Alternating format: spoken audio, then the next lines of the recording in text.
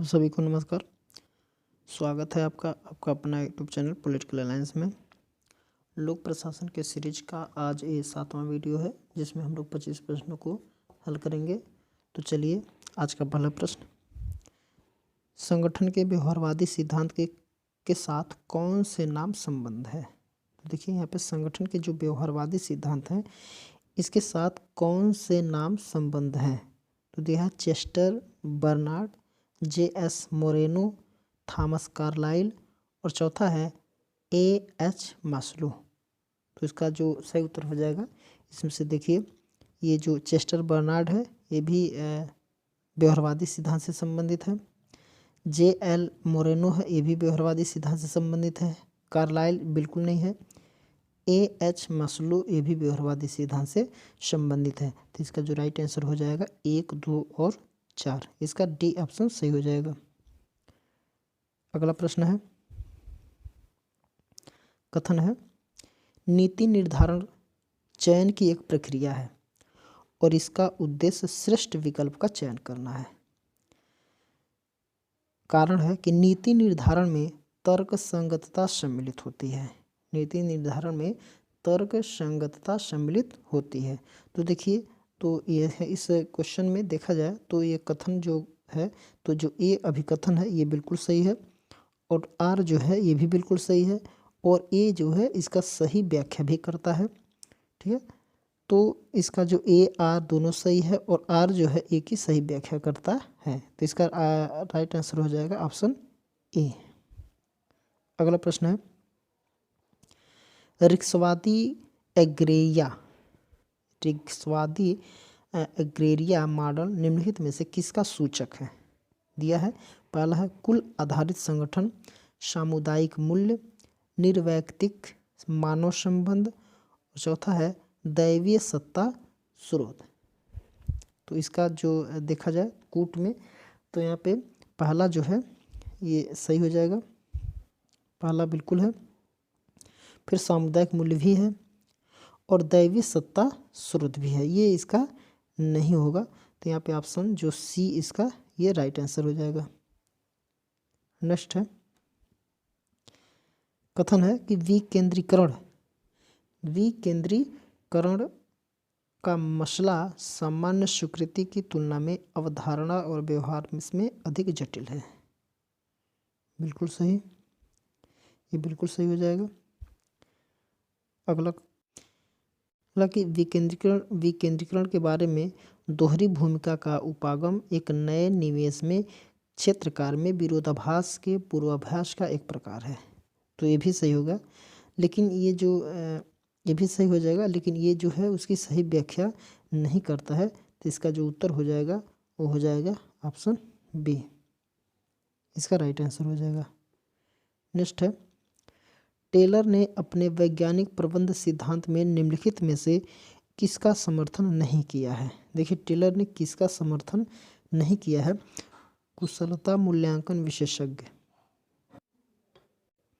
आर्थिक मानव की अवधारणा, कार्यात्मक फोरमैनशिप, औजारों का मानकीकरण। तो इसका जो सही उत्तर हो जाएगा वहाँ पे कुशलता मूल्यांकन विशेषज्ञ, ये इसका समर्थन नहीं किया है। तो इसका सही उत्तर हो जाएगा। अगला प्रश्न है, चेस्टर बर्नार्ड ने एक अधीनस्थ की अपने प्रबंधन की सत्ता की स्वीकृति के बारे में एक अवधारणा विकसित की है, इसकी पहचान कीजिए। प्रेरणा मैट्रिक्स, नीति निर्धारण सत्ता, उदासीनता का क्षेत्र, और अवपीड़न सत्ता का क्षेत्र। तो इसका राइट आंसर हो जाएगा उदासीनता का क्षेत्र, ऑप्शन सी।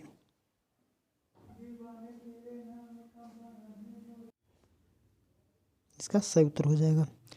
अगला प्रश्न है, W.A. राफसन ने नौकरशाही की त्रुटियों का सार प्रस्तुत करते हुए किसको शामिल नहीं किया गया है।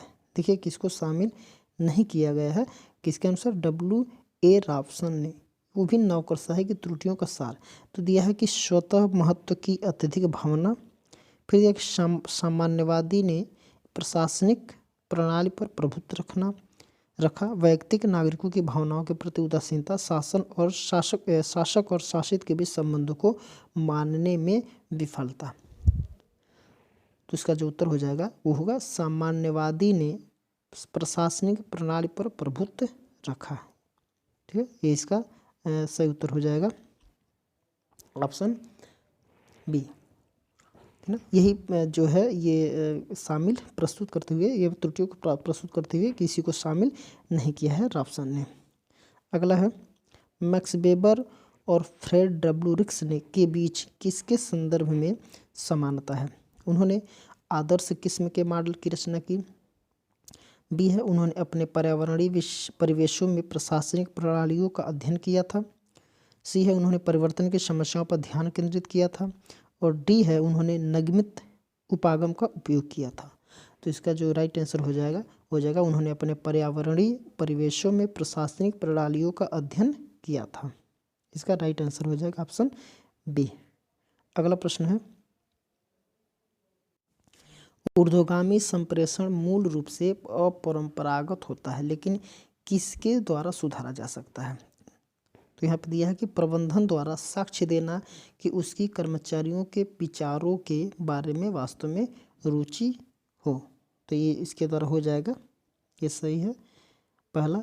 फिर यह वरिष्ठ द्वारा अधीनस्थों के विचार सुनने से पहले स्वयं अपना विचार बतलाना चाहिए, नहीं मुखिया को बतलाए गए विचारों और समस्याओं पर कदम उठाना चाहिए, ये सही हो जाएगा। फिर वरिष्ठ को स्वयं अपने विचारों के बारे में अधीनस्थों की प्रतिक्रिया पूछनी चाहिए, ये भी गलत हो जाएगा। तो यहाँ पे 1 और 3 इसका सही हो जाएगा।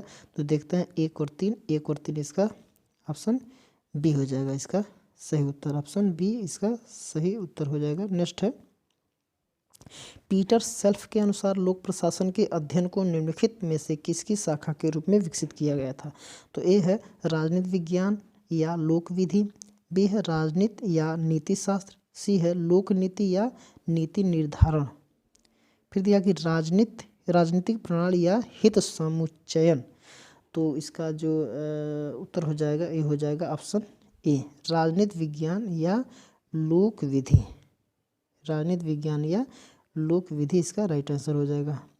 अगला प्रश्न है संगठन के पारंपरिक या मैकेनिस्टिक यानी कि यांत्रिक सिद्धांत के मूलभूत विचारों का निम्नलिखित में से कौन सा एक भाग नहीं है? देखिए पूछ रहा कि कौन सा भाग नहीं है। तो कौन सा भाग नहीं है? यह मानव संबंध के बारे में एक प्रशासनिक दृष्टिकोण अपनाता है। बी है यह आर्थिक प्रोत्साहकों यानी कि इन्वेस्टिव्स को एकमात्र प्रेरक कारक मानता है। अगला है कि यह संगठनात्मक व्यवहार की बारीकियों की उपेक्षा करता है। और डी है यह अनौपचारिक संबंधों के अधिक महत्व देता है। तो इसका जो राइट आंसर हो जाएगा वो हो जाएगा ऑप्शन डी यह अनौपचारिक संबंधों को अधिक महत्व देता है। यही एक भाग नहीं है किसका? संगठनिक पारंपरिक या मैकेनिस्टिक यानी कि यांत्रिक सिद्धांत के मूलभूत विचार ये नहीं होता है। अगला प्रश्न है निम्नलिखित में से किस विचारक ने संगठनात्मक लक्ष्यों की प्राप्ति के लिए एक मूलभूत पूर्व आवश्यकता के रूप में भावोत्पादक संप्रेषण की हिमायत की थी? ए है हर्बर्ट साइमन, बी है पीटर सेल्फ्स, और सी है चेस्टर बर्नार्ड, और डी है वुडरो विल्सन। तो इसका जो राइट आंसर हो जाएगा वो हो जाएगा चेस्टर आई बर्नार्ड, अर्थात ऑप्शन सी इसका सही उत्तर हो जाएगा। अगला प्रश्न है लोक और निजी प्रशासन के बीच भेद के बारे में एक अतिवादी दृष्टिकोण अपनाते हुए किसने कहा था कि सभी संगठन लोक और निजी विशेषताओं को साझा करते हैं? देखिए यहाँ पे सभी संगठन जो है लोक और निजी विशेषताओं को साझा करते हैं, ये कोई अतिवादी दृष्टिकोण अपनाते हुए किसने कहा है? किसके बारे में? तो लोक और निजी प्रशासन के बारे में। तो ड्वाइट वाल्डो है, E.S. सवाश, बैरी बोजमैन और जेम्स डब्ल्यू फैसलर। तो इसका जो राइट आंसर हो जाएगा बैरी बोजमैन, ऑप्शन सी इसका सही उत्तर हो जाएगा। अगला प्रश्न है देखिए अगला प्रश्न जो कूट से संबंधित है, तो कूट हम लोग सीधे कथन हम लोग देखेंगे। दिया है कुछ विभाग न केवल विशुद्ध प्रशासनिक कार्य से संबंधित होते हैं लेकिन विधानमंडल द्वारा उन्हें नियम एवं विनियम बनाने के कुछ अधिकार भी प्रदान किए जाते हैं। तो ये बिल्कुल सही हो जाएगा। फिर आ रहा है कि जॉन एम पिफनर कुछ परिस्थितियों के अंतर्गत विभाग के एकल मुखिया को वरीयता देते हैं। ये भी सही है। देखिए कथन तो दोनों अपने अपने जगह पे सही है, लेकिन दोनों में कोई समानता नहीं है, न तो एकदम समानता नहीं है, तो कोई संबंध भी नहीं है, और न तो ये कोई व्याख्या वगैरह करते हैं।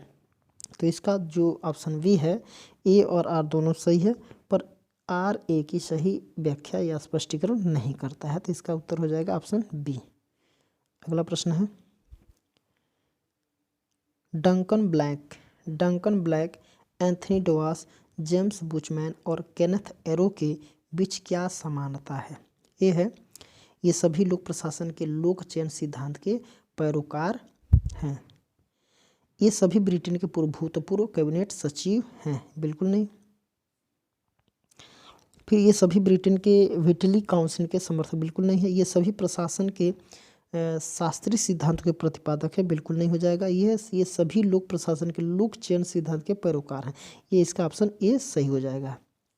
अगला प्रश्न है, सूची से संबंधित प्रश्न है। तो देखिए इस सूची में इसमें दिया कि एक तरफ पुस्तकें दिया है और दूसरी तरफ इसके लेखक दिए हैं। एक तरफ पुस्तकें और दूसरी तरफ लेखक, तो इसको हम लोग मिलान करना है। An introduction to administrative law, तो an introduction to administrative law James Hart हो जाएगा, ये तीसरा हो जाएगा। Justice and administrative law W A Robson, ये हो जाएगा चौथा। फिर कंपैरेटिव कंपैरेटिव एडमिनिस्ट्रेटिव लॉ, तो ये हो जाएगा फ्रैंक जे गुडनाउ। फिर है कि introduction to the study of the law of the constitution, हो जाएगा एवी डाइसी। तो इसका देखिए जो बन रहा है, ए का 3, बी का 4, सी का 1 और डी का 2। तो इसका जो राइट आंसर हो जाएगा वो हो जाएगा ऑप्शन सी इसका राइट आंसर हो जाएगा। अगला प्रश्न है,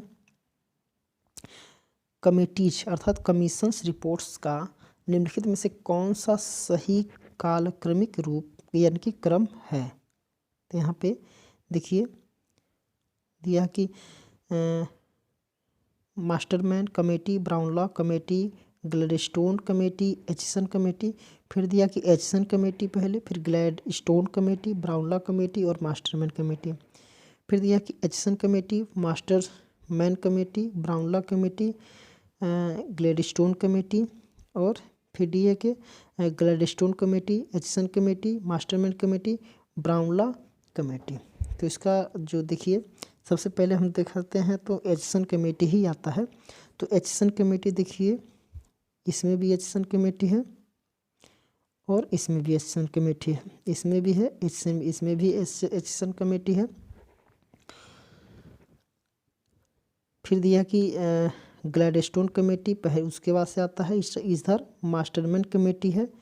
तो मास्टरमैन कमेटी, ब्राउन कमेटी, ये बिल्कुल नहीं है, ये गलत हो जाएगा। तो ग्लैडस्टोन कमेटी है, फिर ब्राउन कमेटी है, फिर मास्टर कमेटी है। देखिए इसका जो उत्तर बी इसका सही उत्तर हो जाएगा, ऑप्शन बी इसका राइट आंसर हो जाएगा। अगला प्रश्न है, दिया है कथन सत्ता और जवाबदेही एक सिक्के के दो पहलू हैं, बिल्कुल सही। सत्ता और जवाबदेही एक दूसरे के पहलू भी हैं सिक्के के। और आर इसका कारण है कि सत्ता विभाज्य है परंतु जवाबदेही विभाज्य नहीं है, ये भी सही हो जाएगा। लेकिन कोई एक दूसरे का व्याख्या वगैरह नहीं करते हैं, तो इसका जो हो जाएगा ऑप्शन बी इसका राइट आंसर हो जाएगा। ए और आर दोनों सही है, लेकिन आर ए का सही स्पष्टीकरण नहीं है। अगला प्रश्न है, निम्नलिखित में से कौन लोक प्रशासन तथा निजी प्रशासन में भेद नहीं करता? देखिए लोक प्रशासन और निजी प्रशासन में भेद नहीं करता है तो कौन है? हेनरी फेयोल, एमपी फॉलेर, लूथर गुलिक और एल उर्विक। तो इसका जो राइट आंसर जो हो जाएगा, देखिए यहाँ पे हेनरी फेयोल, ये भी कोई भेद नहीं करते हैं, हेनरी फेयोल भी भेद नहीं करते हैं, एमपी फॉलेर भी भेद नहीं करता है, और लूथर गुलिक भी भेद नहीं करता है, और एल उर्विक भी भेद नहीं करता है। तो इसका जो ऑप्शन हो जाएगा वो हो जाएगा चारों, ऑप्शन डी इसका राइट आंसर हो जाएगा। अगला प्रश्न है, निम्नलिखित में से किसने संगठन के 7 सिद्धांत निर्धारित किए हैं? देखिए संगठन के 7 सिद्धांत किसने निर्धारित किए हैं? तो गुलिक तथा उर्विक। मैरी पार्कर मेरी पार्कर, इसको मैरी नहीं मेरी पार्कर फोलेट बोला था। फिर दिया कि हेनरी फ्यूल F.W. टेलर। देखिए गुलिक तथा उर्विक जो हैं इन्होंने 7 सिद्धांत निर्धारित किए थे किसका, संगठन के। तो संगठन के 7 सिद्धांत निर्धारित करने वाले कौन है, गुलिक और उर्विक। अगला प्रश्न है निम्नलिखित में से कौन सा संगठन का सिद्धांत नहीं है। देखिए संगठन का सिद्धांत कौन सा नहीं है, ठीक है। पद सोपान, नियंत्रण का क्षेत्र विस्तार, आदेशिकता और कर्मचारी चयन। देखिए कर्मचारी चयन जो है संगठन के सिद्धांत नहीं है, बल्कि पद सोपान संगठन के सिद्धांत है, ये भी संगठन के सिद्धांत है। नियंत्रण का क्षेत्र, स्पैन ऑफ कंट्रोल, फिर आदेश की एकता, यूनिटी ऑफ कमांड, और ये इसको बोलते हैं हायरार्की। तो तीनों है, ये डी जो है ये नहीं हो जाएगा, तो इसका उत्तर हो जाएगा ऑप्शन डी, इसका सही उत्तर हो जाएगा। यानी कि कर्मचारी चयन जो है ये संगठन के सिद्धांत नहीं है। अगला प्रश्न है नवलोक प्रशासन संबंधी साहित्य पर बल देता है। नवलोक प्रशासन जो है संबंधी साहित्य पर बल देता है, क्या है, संबंधता, मूल्य, निष्पक्षता, परिवर्तन।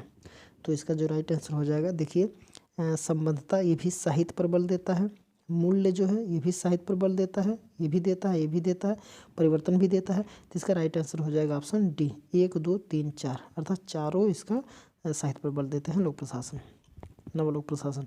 नेक्स्ट प्रश्न है अगला, अनौपचारिक संगठन में सत्ता हमेशा की ओर प्रवाहित होती है। यानी कि जो सत्ता होती है किसमें, देखिए अनौपचारिक संगठन होता है उसमें जो सत्ता है हमेशा किस ओर प्रभावित रहती है। किस ओर का मतलब होती है, सीधा ऊपर होती है कि नीचे होती है कि इधर होती है कि इधर होती है कि तिरछा होती है, किस साइड ये होती है।